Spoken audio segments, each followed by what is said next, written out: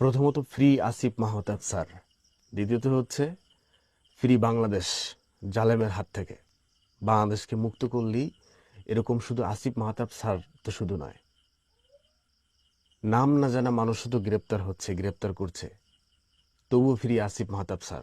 আওয়াজ তুলুন সবাই। আওয়াজ তুললেও তারা ছাড়বে না, তাদের যখন ইচ্ছা তখনই তারা ছাড়বে।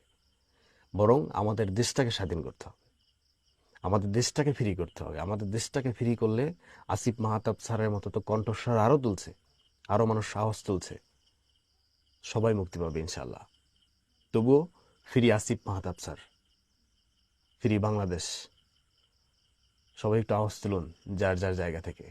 আওয়াজ তুললেও তারা ছাড়বে না, তবু আমাদের আওয়াজের গর্জন যদি বড় হয় ছাড়তে বাধ্য।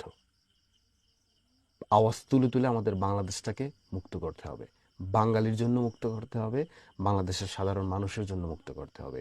এই দেশটা বাঙালির হোক, এই দেশটা জনসাধারণের হোক, এই দেশটা বাংলাদেশের মানুষের হোক। কোনো এক নায়কতন্ত্র, কোনো পারিবারিক তন্ত্রের এই দেশটা আর না হোক। Free Asif Mahtab sir, free Bangladesh.